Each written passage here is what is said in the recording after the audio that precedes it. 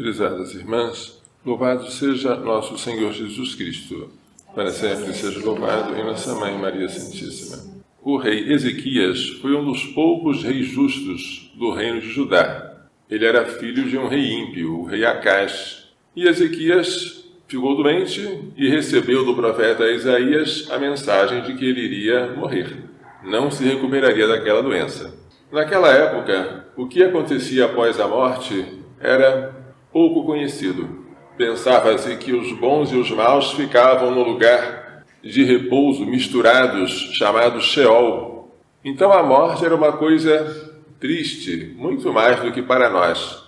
Ezequias chora e diante de Deus lembra: Senhor, eu tenho andado com integridade na tua presença, com probidade de coração, tenho praticado bem aos teus olhos.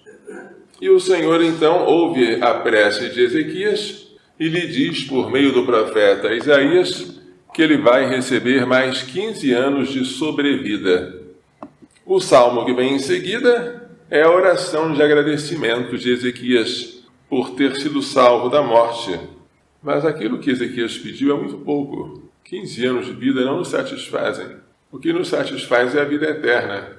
Mas a promessa de vida eterna ainda era muito obscura no Antigo Testamento. A bem-aventurança para os judeus era a vida longa, era uma descendência numerosa.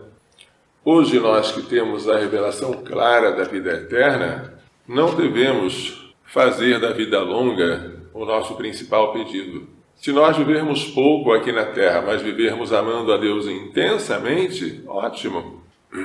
O importante não é o número de anos, mas a intensidade do amor nosso, enquanto esses anos duram. Santa Teresinha de Lisieux, com apenas 24 anos de vida extrauterina, atingiu uma santidade que pessoas de 100 anos não alcançaram. O Evangelho traz hoje Nosso Senhor em uma disputa sobre o sábado. Os discípulos de Jesus, porque tinham fome, começaram a apanhar espigas de trigo para comer, o que era permitido. Só não se podia apanhar as espigas com um instrumento, como, por exemplo, uma foice. Mas com a mão se podia apanhar espigas de trigo de um campo alheio. Mas se era permitido, por que os fariseus reclamam? Porque era sábado, e sábado não se pode trabalhar. E o movimento de apanhar espigas, levá-las até a boca, era como que um trabalho na mentalidade deles, que violava o sábado.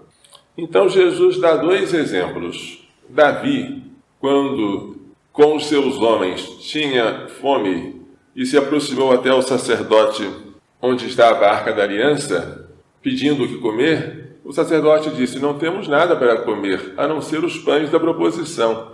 Mas aqueles pães, só o sacerdote podia comer. Mas como eles estavam necessitados, por causa do estado de necessidade, Davi e seus companheiros comeram daqueles pães e ficaram sem culpa. Além disso, os sacerdotes no templo trabalham no dia de sábado. E apesar disso não cometem pecado, é um trabalho santo, feito no dia do Senhor. E eu vos digo, aqui está quem é maior do que o templo. Se o templo é suficiente para dispensar a obrigação do repouso no sábado, quanto mais eu. O Filho do Homem é Senhor também do sábado. Esta é a luta do Espírito contra a letra, porque a letra mata, mas o Espírito vivifica. A lei foi feita para o homem, e não o homem para a lei. O sábado foi feito para o homem, e não o homem para o sábado. A suprema lei é a caridade.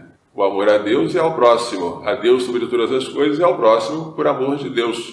Tudo mais deriva da caridade. Por causa da caridade, algumas prescrições legais precisam de ter exceções, que a própria caridade exige. Citando o profeta Oséias: eu quero misericórdia e não sacrifício. Sacrifício aqui não é esforço. Sacrifício é a oferta de uma vítima. Alguma coisa meramente exterior e ritual. Eu quero misericórdia e não sacrifício. Eu quero que vós pratiqueis misericórdia e não simplesmente que tenteis aplacar a Deus com sacrifícios. Não terias condenado inocentes. Em vez, portanto, de ficarmos vigiando a conduta do próximo para saber se ele está ou não de acordo com as regras, muito melhor é termos misericórdia do próximo e com ele ensinarmos as regras e caminharmos nela, sobretudo a regra universal, que não tem exceções, que é a regra do amor. Vamos pedir a Maria Santíssima e seu castíssimo esposo que nos façam compreender e praticar as lições desta liturgia. Louvado seja nosso Senhor Jesus Cristo. Para sempre seja louvado e nossa Mãe Maria Santíssima.